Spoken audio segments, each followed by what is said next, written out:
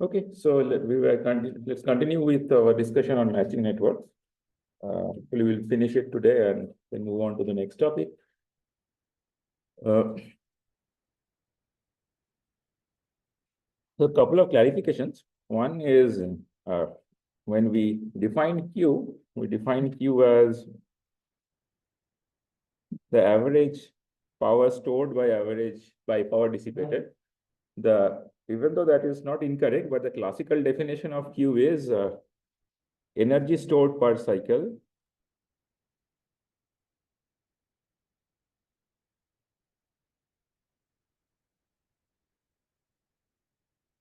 by power dissipated. And the mathematical definition boils down to omega times energy stored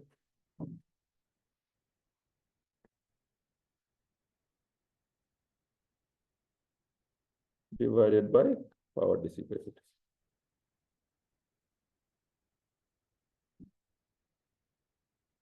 So the reason this distinction is worth mentioning is because power is essentially V times I, right? But energy, if you think of a capacitor, it's V squared, it's not V times I. And if you are not careful, then if you simply do V times I, and you're not careful whether you are taking the in-phase component or the out-of-phase component of the I, then you might end up with zero energy also, right? And for example, if you just take capacitor and you just do V times I, and you take the average, then it will be zero because capacitor does not consume any power. When you say V times I and do average, you are essentially talking about real power. When you do V times I and take the imaginary component of the I, so basically V and I can be 90 degree out of phase, but when you're talking about stored power, you're talking about exactly that 90 degree out of phase component, right? So other way of thinking about it is that when you think of an electrical network which has both storage elements and dissipative elements, the energy taken from the source has two components. One is that is getting dissipated as heat, and some part that is getting stored as electric energy or magnetic energy, right? So the heat is the power delivered, and the stored is the magnetic energy. Both are coming from the source, right? And I mean, if you have to do it proper energy conservation, you have to sum up both. The amount of energy that you're taking from the source should be equal to the amount of energy dissipated plus stored. If you only talk about the dissipated energy, then you talk about the real impedance part, right? V times the real impedance, which means you are automatically neglecting the 90 degree out of phase part, right? Which are essentially neglecting the cosine theta part of the sine theta part of the impedance, right? But if you have to do proper energy conservation, you have to do both, right? So that's what is the stored energy. The stored energy essentially gives you that electrical energy or the magnetic energy that is stored. Okay. Another caveat is, if you recall, we had done this. Sometimes we do energy stored as I in times the imaginary part of the impedance, right? So there are some caveats to it also, because that is true under certain cases, not all cases.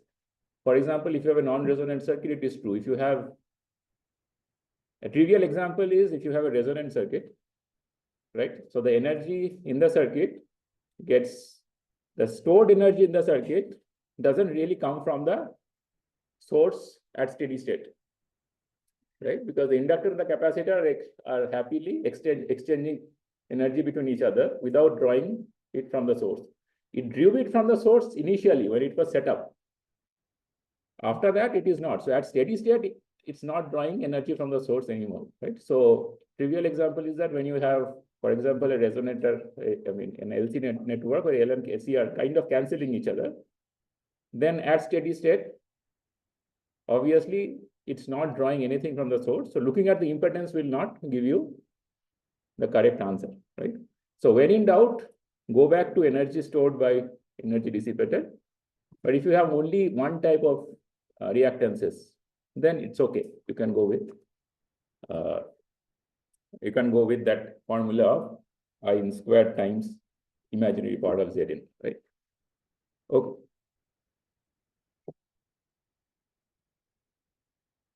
So we were discussing about matching networks, Q factors, and so on.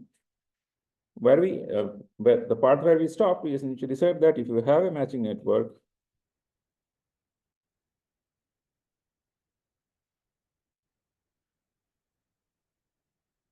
which is delivering some power R, which is driving some resistance R, and we assume that the matching network is loosely lossy, right? Partially lossy. So which means that we assumed, so assumption was, so there is a Q of the network which is equal to energy stored, or rather omega times energy stored by power dissipated. This is assuming lossless matching network.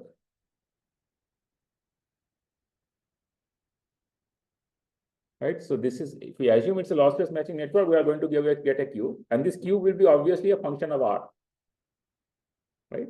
So that makes sense. And then we said that the matching network can be weakly lossy in the sense that your inductors are not pure inductors. They will have some resistance associated with it. Your capacitance will not be pure capacitance. They will have some loss associated with it. The assumption is that that loss is not of the order of the loss in the R, or power delivered, because there's in that case, there is no point in designing a matching network, right? So it is assumed that the loss in the network is always less than the loss in the, loss associated with the power delivered. So in that case, we also associate a component Q, right? So QC equal to component Q in the network. Component Q of the elements in the network. So for example, if you have an inductor and a series resistance associated with it, so the component Q will be, in this case, can you help me out? Omega L by Rs. If you have a capacitor with a resistance, a loss associated with it, what will be the component Q?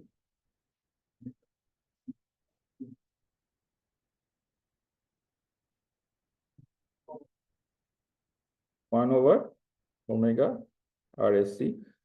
And similarly, you also know that if you have this configuration, right? What is the component Q? Right. So similarly, you can have for inductor also.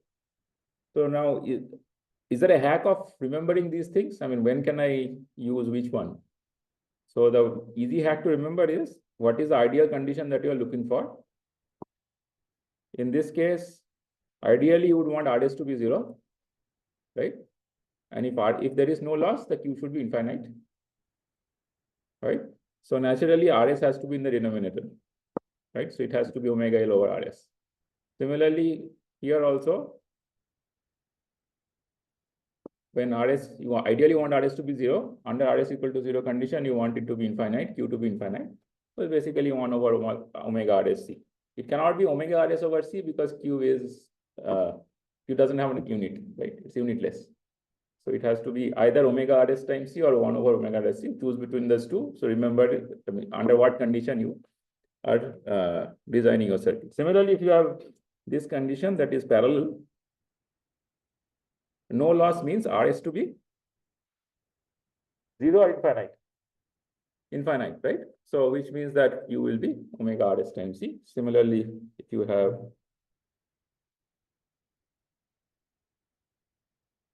this. So naturally, in this case, it has to be RS has to be in the numerator. Okay. So that is a easy hack to remember. So anyhow, so going back to the discussion, so if you have some loss in the network, and admittedly the loss is much lesser than the power getting delivered, then we derive that the overall power delivered, right, in terms of power in, this is P in, this is P out. So P out is P in by 1 plus Q over QC. Okay. So it makes sense because if QC is equal to infinite, which means no loss in the network in itself, then P out should be equal to P in, right? And but if QC is of the order of Q or not even in the order, if let's say QC is double of Q, then also you see that there is significant amount of loss in the network because the power delivered is much smaller than what you expect. Now, what is much smaller is dependent on the application, but you could appreciate that, let's say you are designing a power amplifier for which you require some sort of matching network. And power amplifier, let's say, is pushing out 10 watt. And if you have a 10% loss because of matching network, which means you are losing 1 watt. Right? So if you are, let's say, designing a power amplifier for 1 watt, and if you have 10% loss, you are losing like 100 milliwatt. And these are power budgets of entire systems, the amount that you are losing. Right? So for high power systems, that's why you'll have to ensure that if you are using matching network, you better have a good reason for it.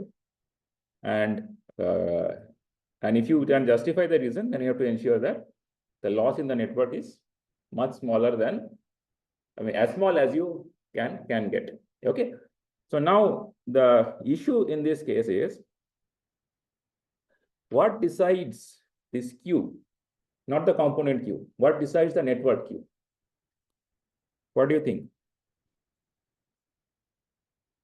Where from did this requirement of Q come from? Q is quality factor, I understand, but why are we bothered about Q?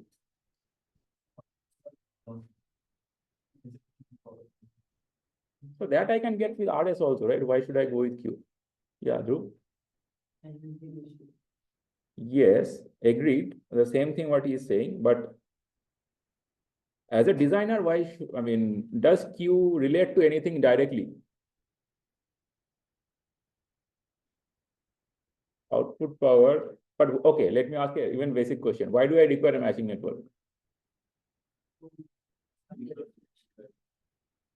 Do not have reflection if it's perfectly matched, but in terms of transformer, right? I want impedance transformation, right? So I have some sort of impedance here. So maybe I want to drive a load, which is some R low, right? So maybe I have to drive some 10 ohm load, right? Or let's say I want to drive this 50 ohm load, right? 50 ohm load. But here the source, which is maybe an amplifier or something, has a 200 ohm output impedance. And I want to deliver maximum power. So if I directly connect, obviously it's not going to work. So I can put a matching network.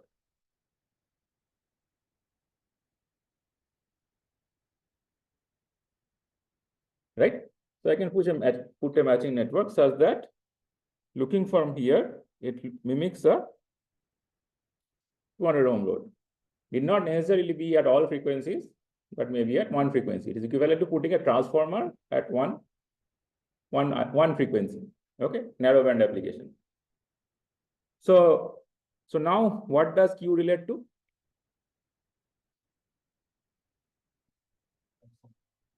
Yeah, and how does it relate to? No. Mathematically, what does Q relate to now? Exactly the turns ratio, right? So if I call this R high,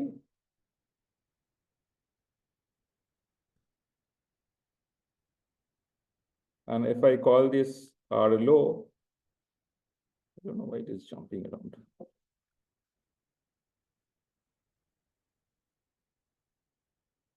So R high is approximately equal to Q squared times R low, right? If you have designed the matching network properly.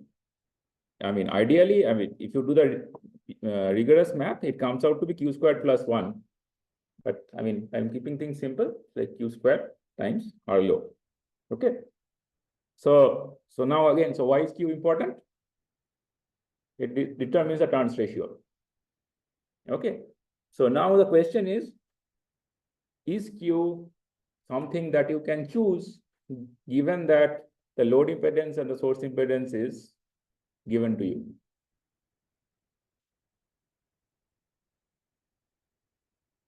Is it a free parameter? Is Q a free parameter? No, right? You have come up with Q because some value of Q because you wanted to transform one resistance to another. If the requirement was not there, then Q was not required. Because the requirement is there, you have to do something, and that ratio under root is essentially the Q. Correct? So it's not a free parameter. You cannot do anything about it. You need that Q. But the issue now is if this requirement of Q is, if after doing this calculation, you found that this Q is large, and you know that your component Q is limited, naturally you are essentially, you are saying that there will be loss in the matching network because this, right? So high Q networks are inherently lossy. When I say high Q network, I mean high Q network with a given component loss. Right? If the component loss is fixed and the network Q requirement is higher, you will have inherently more loss. Okay. So the another problem with high Q network is, now this I have not talked about in detail, but I think you must be knowing from your basics of control theory. For example, a second order transfer function, if I can write a second order transfer function as some numerator by s squared plus 2 zeta omega n s by omega n squared. This I can also write by something here by s squared by omega n squared plus s by omega n cube plus 1. Right? Familiar with this? So if I plot this,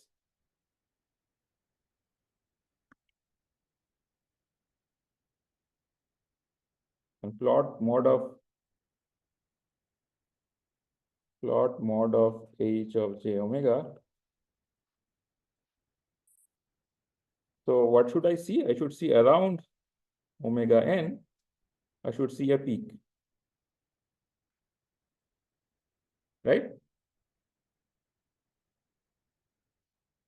And if Q is infinite, for example, Q is large, let's assume Q is infinite, what will be the height of the peak? It will be infinite, right? So at omega n, Q is infinite, you are only left with the two terms, 1 plus s square by omega n squared. S square becomes minus omega n, minus omega n squared. So basically, the denominator goes to 0. So you get infinite, right? Yes.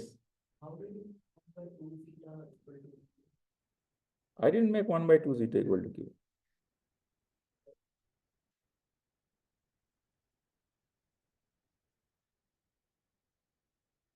Yeah.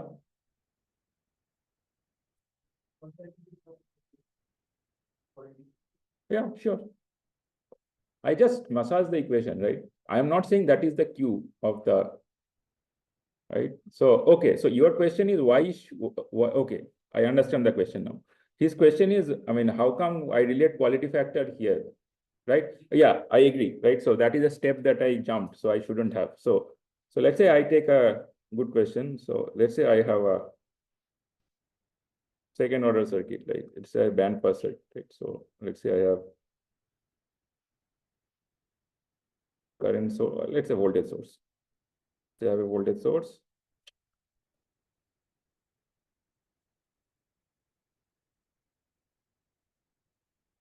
This.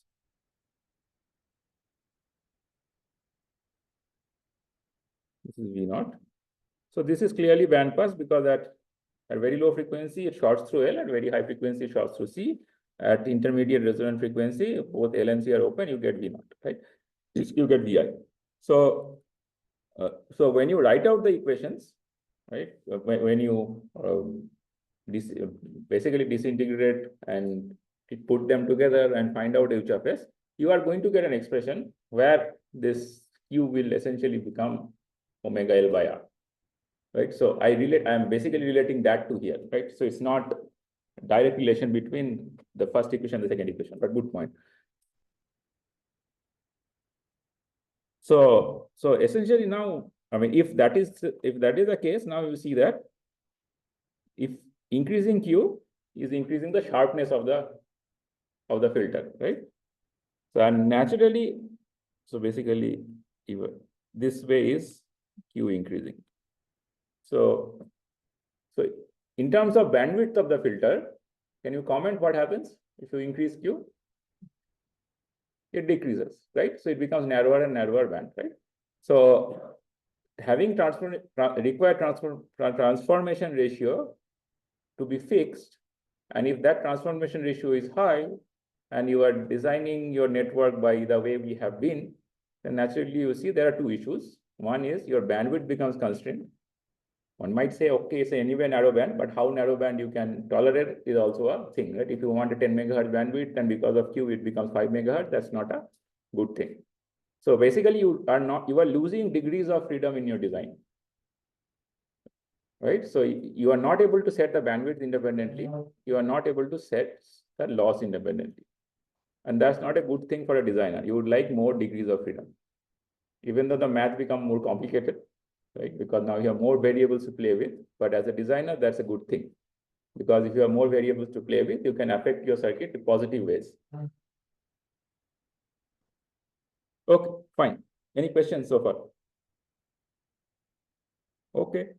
So now the question is, what can I do about it? We stop here or should we go do something about it? And naturally, people have figured out what to do about it. And that is as follows. So let's talk about loss. So I'll lead with an analogy. Let's assume that I take this pen or a mobile or something and I drop it from a 10 centimeter height. It's probably not likely to do anything, right? I do it like 10 times. More likely, it's not going to happen. Nothing is going to go wrong. But let's say I increase the height 10 times and I drop it once, very likely that it is going to break, right? So even though I am covering the same distances overall, in one case, the effect is quite different from the other, right? So similarly, in case of Q and loss, you can have similar analogy. The analogy is, should I have one matching network implement all the turns ratio, burden of the entire turns ratio, or should I have multiple matching networks, right? And I distribute the effect of turns ratio. And maybe if we do that, maybe, we don't know yet, maybe it can be a better solution. Or maybe it can be a different solution, and we'll see whether it's better or worse. Right? So the argument is, because looks like only one network has a lot of things to do. It's determining the turns ratio, it's determining the bandwidth, it's also determining the loss. I would like to have multiple of them so that I have different variables to play with. Right? So that's the argument. So if that is the argument, then maybe we can think something about it. So let's take an example and go ahead, and go forward. So let's say I have a resistance are low, and I want to transform it to some R high. Okay, and I will now do it in a two-step process. I will not do it a single step. Okay, so essentially you have two transformers you can think of, one driving the another. So first transformer will basically transform this R low to some intermediate frequency. And then second transformer, I'll have some matching network here. I'll have another matching network there. And this will be R high. Instead of directly going from R low to R high, I'm putting two things cascaded to each other, right? Okay. So now suggest a matching network, a topology that can convert this R low to some intermediate Ri. Yeah, so we can do either put an inductor in series and a capacitor resonated out, or a capacitor in series and inductor resonated out, right? So we can do any. So basically the whole idea is to ensure the voltage drops across a resistor. I mean, there is a significant voltage drop across the inductor, so that the whatever applied voltage, minimal of it drops across the resistor. Again, I mean, an intuitive way of thinking about it is, if I apply some test voltage here, right? This test voltage V times Q approximately drops across the inductor. Sorry, V by Q drop across the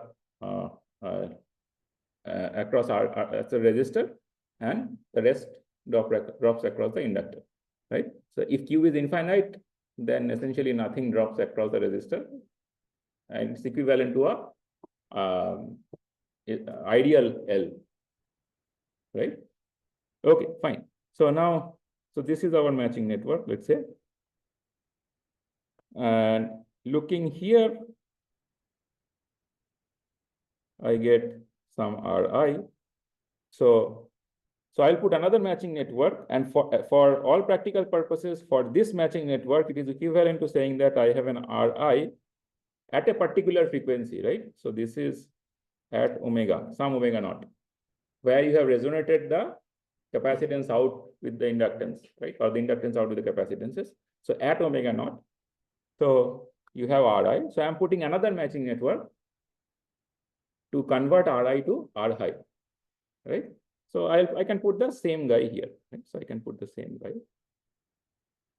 I mean, the component will be different, obviously, because going from R low to Ri is not the same as going from Ri to R high. So the component values can be different. So this is C1, this is L1, and this is C2, this is L2. Okay. Okay, fine.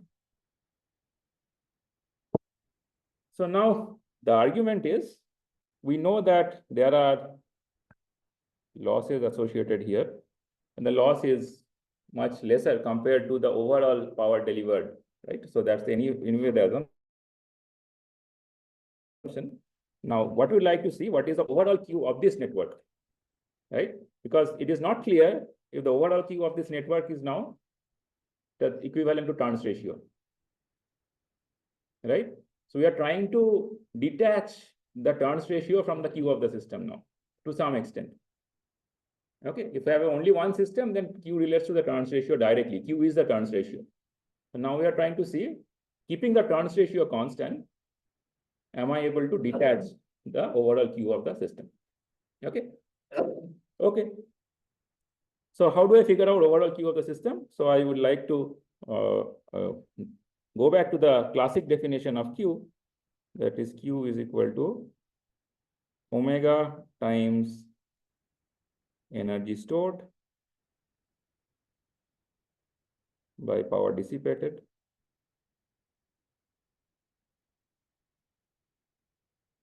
So I can now say that this is equal to omega times E stored in matching network 1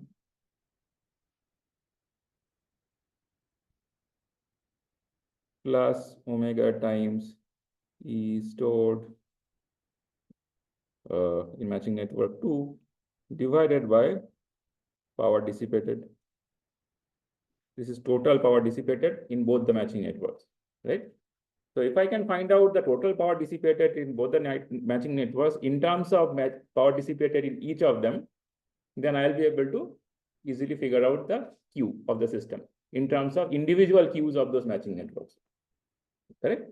So that is simpler to do, because if you think about it, let me read off.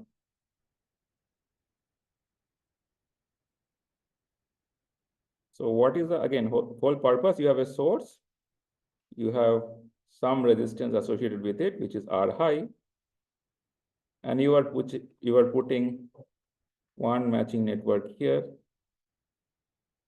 and you are putting another matching network there, and you have R low, right? This is what we are doing. So looking from here, what is the impedance? Ri. Looking from here, what is the impedance? It has to be equal to Ri, right? So this is Ri, because by definition you are matched, right? So essentially, I can say that if I Theveninize at this junction, I am essentially seeing some voltage, right? I don't know what voltage, so some voltage times Ri, as not times Ri, this is Ri, and this is Ri, right? Similarly, what I'm essentially saying that equivalent impedance seeing here and this is identical, right? Which means that the loss in the network seeing the right and the left are identical, right? So because both sides are Ri, so now I can say that power dissipated in one, so this is PDS1, this is PDS2, they are identical, right? So PDS1 is equal to PDS2, right? So why is this useful? This is useful because now I know that this is equal to twice that of power dissipated in each of the networks, right? So which means that the overall Q is, yes. PDS2 also includes R, yeah, everything included. So I'm at that junction, I'm looking left and right? So under matched condition, obviously, this is under not always true. Under matched condition, Q is equal to omega times energy stored in one divided by twice of total power dissipated plus omega times energy stored in 2 divided by twice of total power dissipated, right? Sorry. So power dissipated in is basically divided by total power dissipated, but it's twice of power dissipated in 1 and twice of power dissipated in 2, right? So essentially this is half of Q factor of 1 plus Q factor of 2, right? Yes. Sir, PDS1 also includes like the power dissipated in Ri. Sure. Yeah. So total, just like PDS2 includes power dissipated in Arlo, similarly, PDS1 will include. So we should include that in the Q factor. Yeah, it is, right? So the matching, when I say Q, I am talking about the matching Q of the network, including the load that it's driving. That's what, otherwise. Yes. Entire thing. When you say Q of the network, when I say Q of the network, you include load, source, everything together. Okay.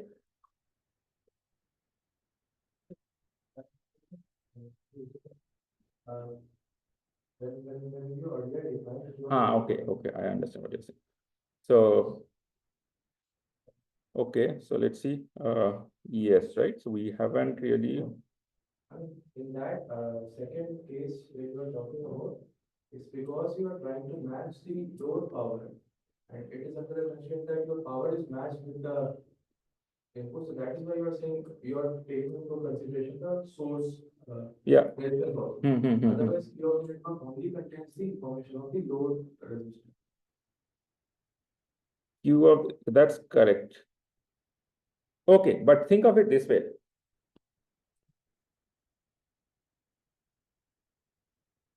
So because this is symmetric circuits from both sides, so in one case this is R high, and what do I have here?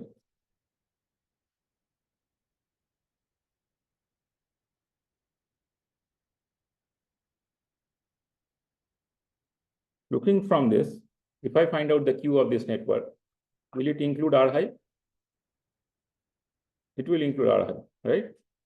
So looking from here,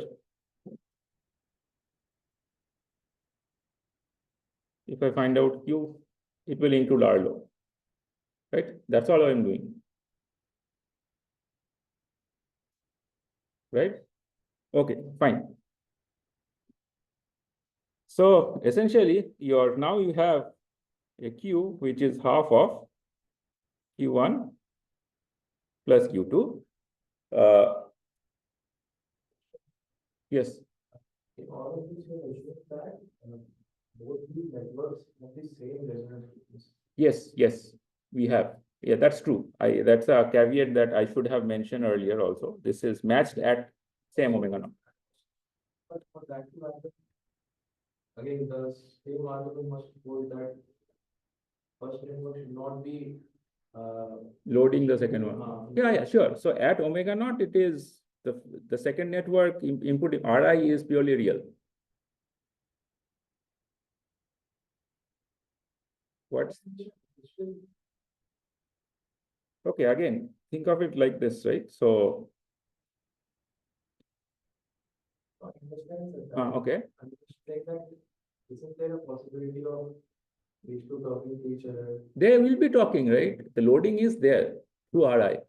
But what is the... So Ri should be, so I think in the last class you said that it should be much smaller so that Ri, there was a constraint on Ri, relation between Ri and the energy storage component so that the approximation scores, that should... No, that is... okay. So his question is can I choose any value of Ri? Essentially that, right? So if the value of Ri is of the order of the resistance of the components, then you have a problem. Then even that initial relationship of that Q is power delivered is P by 1 plus Q by QC will also not hold.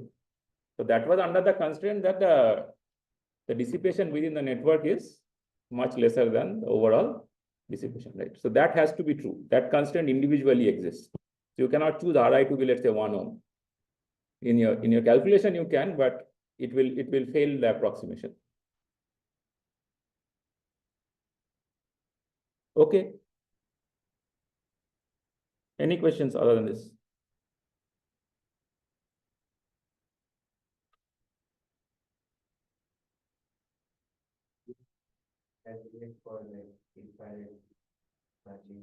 In principle, you can, right? So,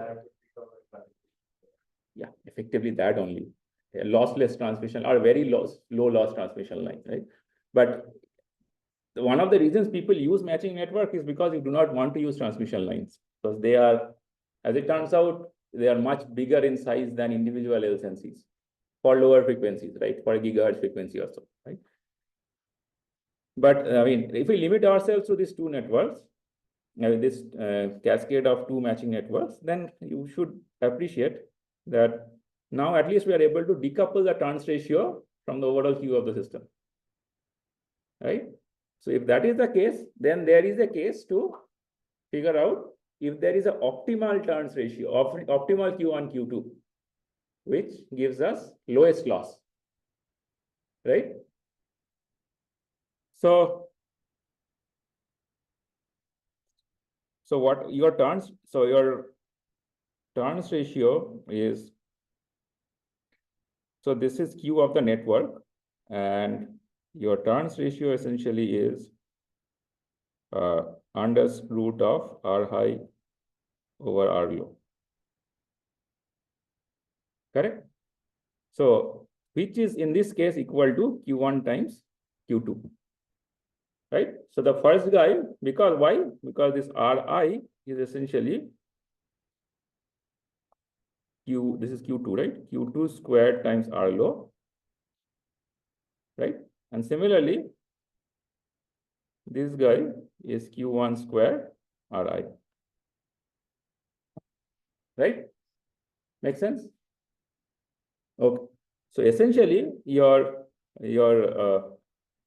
given that your Q1, Q2 is fixed, because that's what we started off matching one load to another, which means R high by R low is fixed.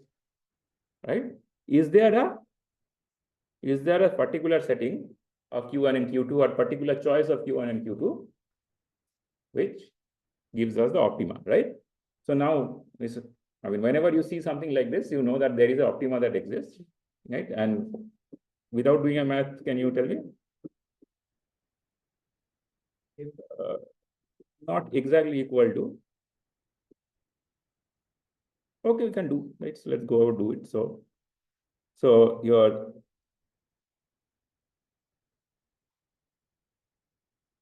yeah, correct. Okay. I meant in terms of Ri and Rlo.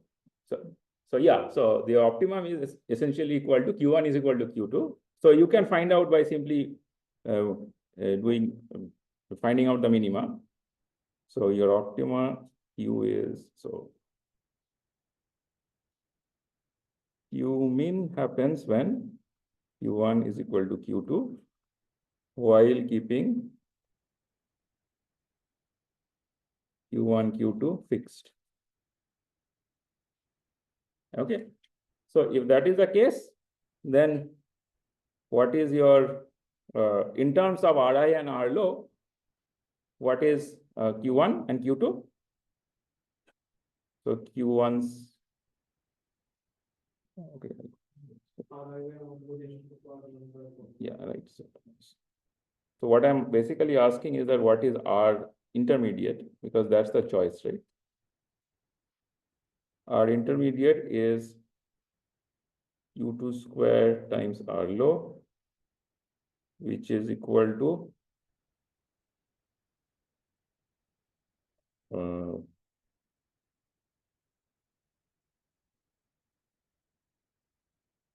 under root n times R low, right? And n is essentially under root R high by R low times R low, which is underscore R high times R low. Right? So your intermediate choice is basically becomes under root of R high times R low. Now, why is this important? Because now you have, given that R high and R low is not in your control, so you can now choose a value of Ri in order to minimize the overall Q. Right? So now, as you pointed out, you can play this game over multiple matching networks in order to minimize the loss while keeping the turns ratio constant. Okay. Okay. Another effect that it will have is, again, I will not show this here. You should be able to appreciate that. Okay. So before going there, why do you think, what is the intuition behind that overall loss reducing? Okay, math checks out, but what is the intuition behind overall loss reducing?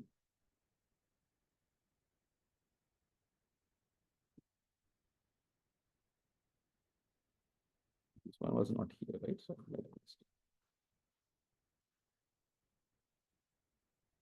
So why, if I put it individually two low loss Q networks cascaded to each other, why is the overall loss reducing?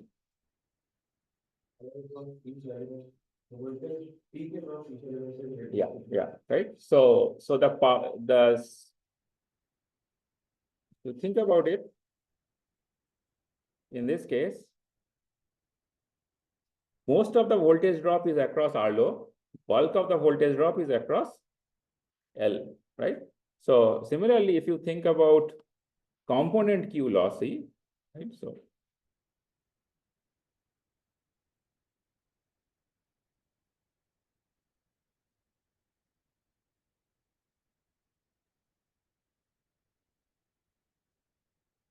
So if I have high Q circuit, if I have a high Q network as opposed to a low Q network, can you comment on the current through L in those two cases?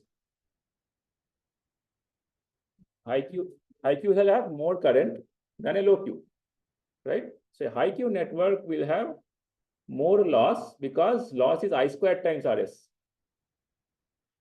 right? So what we are doing is we are reducing I.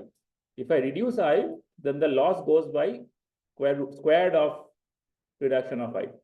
So I'm keeping I1 plus I2 plus I3 kind of constant, but I'm reducing I in each of the network. So the key is reduce peak current, right? So if you have a network which has a lot of peak current in the so-called non-lossy elements, reactive elements, the losses due to the inherent losses inherent in those reactive elements will mount, and you are going to get overall more loss.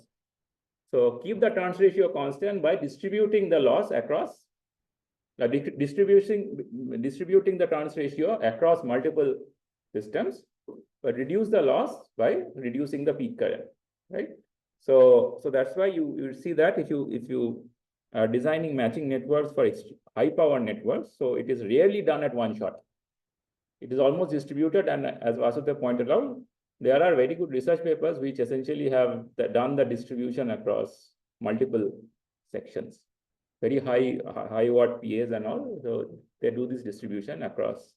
I mean, you make a big inductor, and sections of these inductors are assumed to be lumped, and you resonate them out and do all sorts of things, right? So we'll come to that if we have time later on in the course when we talk about PA. Yes. The low power, like we say, always if it's only for the optimum Q when both Q and Q2 are matching, like exactly equal. So in that case, like we can say the current is available. Otherwise, if you have one Q high and other part of circuit intermediate matching network having lower Q, then again there will be current and then yeah, so that's not the optimum. The optimum is when Q optimum is correct. more. Yes, right. Yeah, yes, that's true, right? So his point was, I mean, there is a whole range of going from one network to an optima. There is like you can have two networks which Q1 and Q2 are not same. That's still a solution, but it's not optima, right? That can have some other feature, right? So maybe bandwidth is a feature or something is a feature. But yeah, so there are a whole range of solutions available. We are choosing the optima based on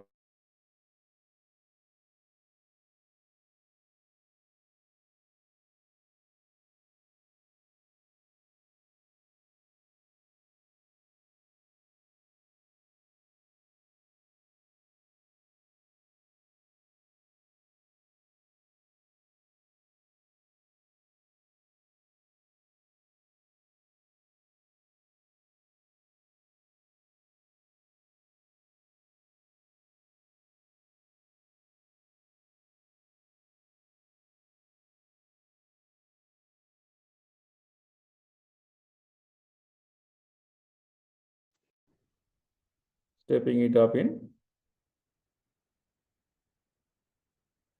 two steps, right? Similarly, you can do step up in 3 steps, 4 steps, 5 steps. So the moment the steps reduce, the loss is reduced, right? Okay. So sometimes you will see that some networks also do this.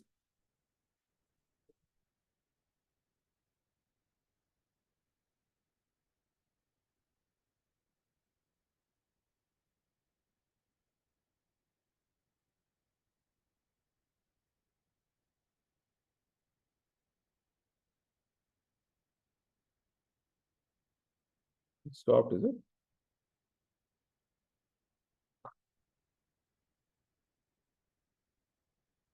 Yeah, it's stopped.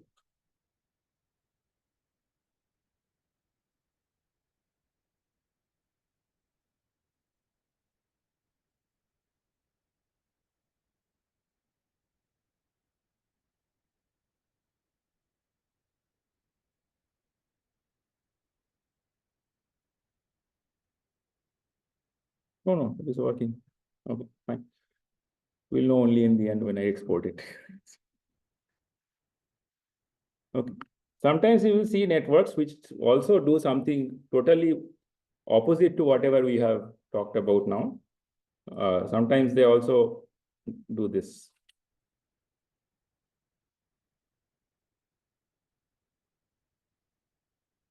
You might wonder why, because this is totally, I'm going the other way around, right? So I'm reducing the from R low and then stepping it up even higher. So naturally the Q here will be higher than the Q there. So this is done if you actually want a high Q network and you are not bothered about loss. Right? So that can happen if you are already dealing with circuits which are already using, you are dealing with networks which you are not planning to transfer a lot of power. Right? So inherently the loss probably might not be as high, as relevant, but having a large Q is relevant. Okay, so why bother going to a system? So that's a good question. So I will refer you to this guy. So can you think of a situation where high Q is necessary?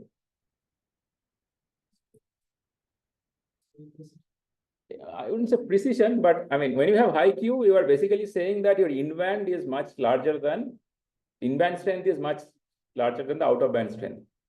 So in terms of RF, what you can, what is an RF? Will be having the roll up and roll off frequency at 15 S. Yeah. So, but what I'm saying is that in-band gain is much higher than the out-of-band gain. So can you think of, or in other words, out-of-band gain is much lower than the in-band gain. Can you think of a practical scenario in terms of RF system?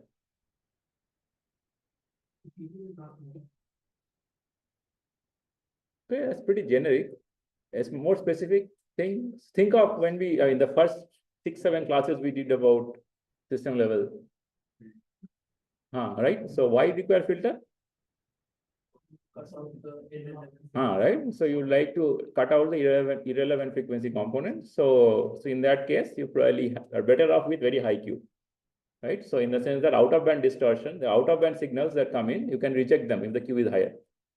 Right. You are particularly maybe not as bothered about loss, because anyway you are the main focus is to reject out of band. Then I'll see what I can do with the in band. Okay, so based on by case basis, right? So if you look into the literature and if refer to the textbooks, also you will see that these type of, you are going to see networks which are sometimes called L match, pi match, T match, so on. I haven't named any of them, but we can name now. So this guy is called an L match.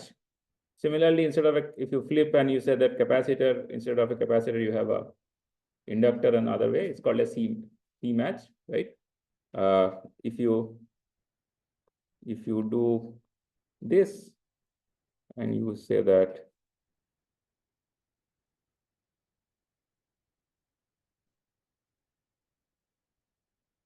I'm doing this here, I'm doing this here.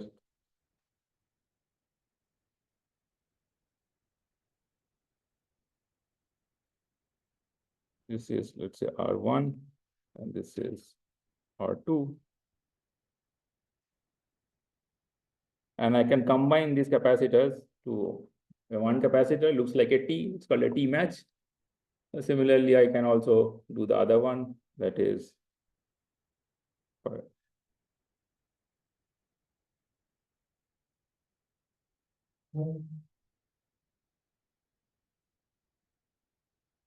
so this is like a pi, called a pi match, right? So essentially all of them have some need, but when somebody refers to them, you should not get flustered. Okay.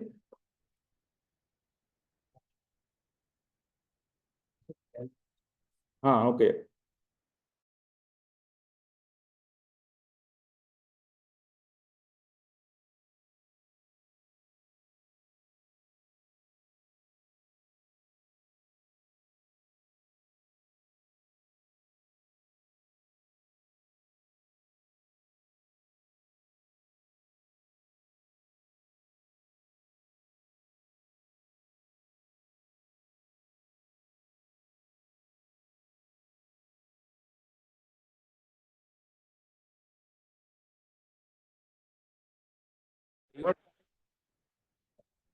The second one is 2L match. Uh, When we combine them by adding Sure. capacitor, it becomes P. It doesn't become 5. yeah, correct. That I agree. Because every collinear arm will have one component, the energy saving component. What is the story? True, true.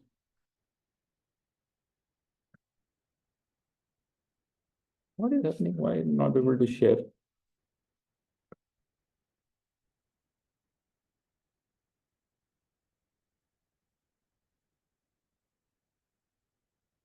Okay.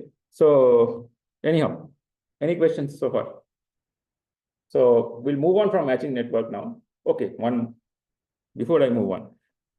So again, obvious, but something that needs to be mentioned is that we have only been transforming resistance to another resistance, right? So sometimes as it happens, I mean, you should appreciate in IC, you will never have one fully resistance. You will probably are driving a partly capped load also, maybe some inductance is also there. So you will essentially have a reactance component to it. So let's say I have a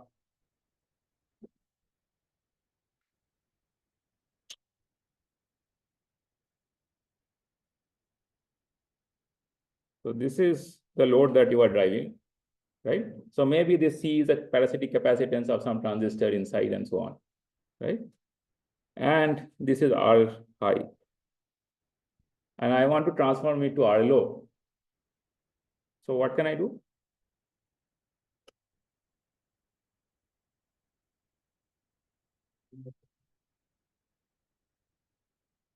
Why should I connect inductor in series? I would say that in order I want from here I would like to see R low, pure R low, no reactance.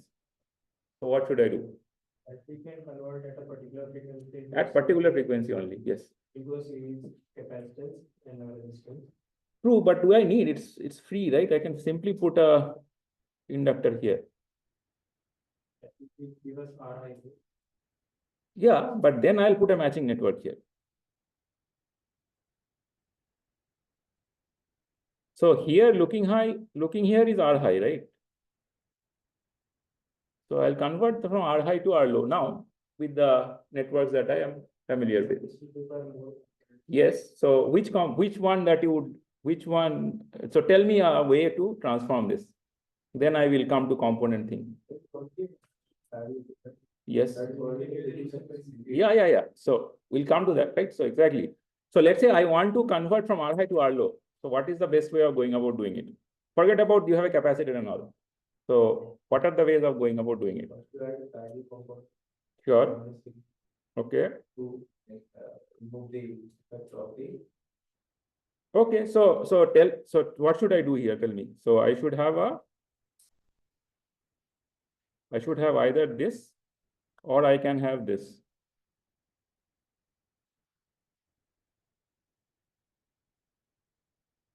Either, right? So basically you are saying that I can combine these two now to get one single inductor, isn't it?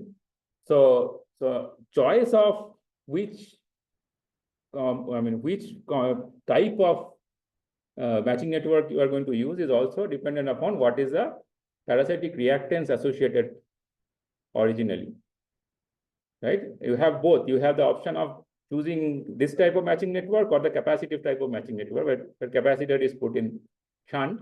But looks like in this case, putting an inductor is better because I am anyway resonating out that additional capacitance that is associated with, right? So this is obviously called choice of matching network, which absorbs the inherent reactance. Okay. So why is this important for a designer? Here, I am standing here and telling you that what happens if there is a capacitance. When you will be designing, there will be a system, there will be some transistor which will have a capacitance, but you will not be able to see it as a capacitance. So it is your duty to figure out what is the reactance and then choose. Right? So that's the additional step you have to take as a designer to figure out what are you trying to transform and what are the non-irregularities associated with it. Based on that, you make that transformation, right? Minimizing, as you pointed out, while minimizing the number of components. Okay, fine. Okay. Fine. So that does it for us as far as matching network is concerned. But we were designing matching networks because the reason was maybe maximum power transfer or something. We want to do match this to that. And when we come to power transfer, there is something that you should keep in mind, that given that we have already done one or two lectures on transmission lines, the way we characterize any RF system is not with respect to Z parameters or Y parameters. The reason being, there are two reasons associated with it. One is,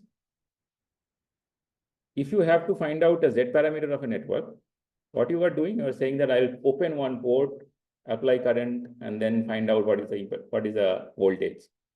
Or Y parameter, I short one port, apply current, and find out what is the voltage. Now, in principle, you can do that at, let's say, kilohertz, megahertz frequency range, because nothing is zero, nothing is infinite. All you have to ensure is that whatever you are considering to be infinite is much larger than the internal impedances, whatever the driving impedance, and whatever you're considering to be zero is much lower than the driving impedance, right? But it is okay at lower gigahertz, at megahertz level frequencies with the current technologies. But if you go to gig, 1 gig, 2 gig, 10 gig and higher, then that is definitely not true. For example, if you think of the capacitance of a input gate capacitance of a MOSFET, which let's say has, I don't know, maybe 20 millisiemens of GM, it can easily give you depending upon technology that you use, it can easily give you a capacitance of the order of half a picofarad or so. Few hundreds femtofarad definitely. So now let's say I round it off to 1 pico. At 1 pico at 1 megahertz, what is the resistance? Sorry, impedance. I shouldn't say resistance. 10 power 6 by 6, essentially, right? So, hundreds of kilohertz. Correct? So fine, that you can, if you are driving something with, let's say, 100 ohm, 200 ohm, even 1 kilo ohm, that is fine. That is as good as infinite. But if you are now changing the frequency to 1 gig, that hundreds of kilohertz now has come to few hundreds of ohm. Sorry, hundreds of kilo ohm is coming to a few hundreds of ohms. So clearly now it's not an open circuit, right? Similarly, if you think that you are going to short it, opening is a problem, I'll short it. So the problem is, how will you short? You will basically, if you have a device, you are going to maybe put a wire, just like you do in your UG labs, and maybe short it. Correct? So these are of the order of, the length of this are of the order of few centimeters. Correct? So when you are, let's say, talking about a megahertz frequency, right? What is the wavelength approximate? C by F. Let's say 1 megahertz C by F, that is, yeah, right, hundreds of meters, 300 meters. So it's not a problem, right? But if you just same circuit, you crank it up to 1 gig, that 300 meter comes down to 30 mm, right? So now it is within the, within the box that you are testing and your device that, and the components that you are using to test, right? So now what is the problem? The problem is, one is, you see, you have a loop here. Because you have a loop, moment you have a loop, you will know that there is inductance associated with the loop, right? So and if you have an inductance, and the value of the inductance is such that it doesn't bother you at 1 meg, but it can bother, it's 1,000 times higher. The reactance is 1,000 times higher at 1 gig, which means it can start bothering you at 1 gig, right? So then you cannot, essentially, what is the takeaway? You can neither open nor short at RF frequencies effectively. Another way of thinking about it is, let's say you have designed this magnificent transconductor, which you want to characterize. So you have a transconductor, and you would like to characterize So you have this long line, which I call, let's say I call it a transmission line, and I short it. Right? Transconductance characterization is what? You apply input voltage, you check the output current. Right? That ratio is the transconductance. And I want to do it at a few gigahertz frequency. So what do you think is going to happen? Let's say that this transmission line has a characteristic impedance of Z0 and it has a delay of tau.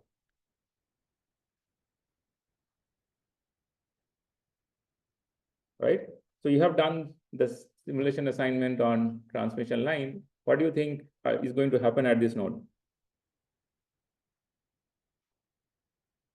Yeah, and if I plot the voltage at this node across frequency, what am I going to see?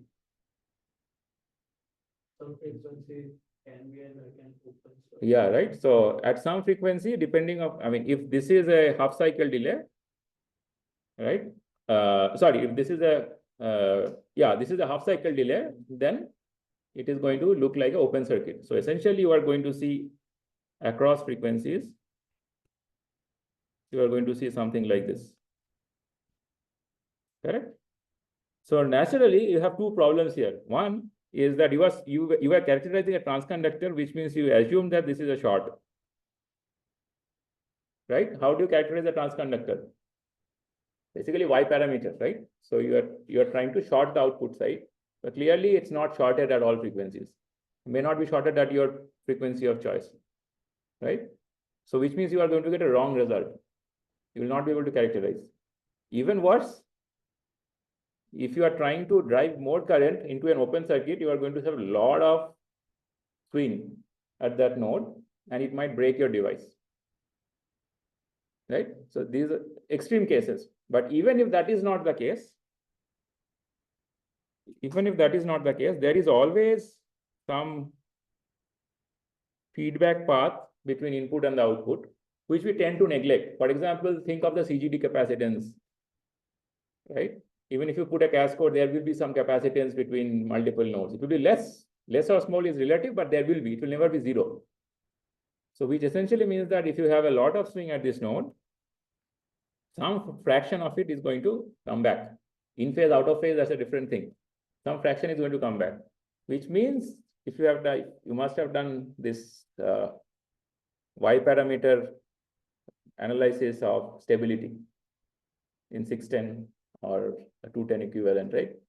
So where we see that the denominator of that Y parameter cannot be zero. So one of the reasons we chose Y12 to be zero is because we wanted to avoid stability issues.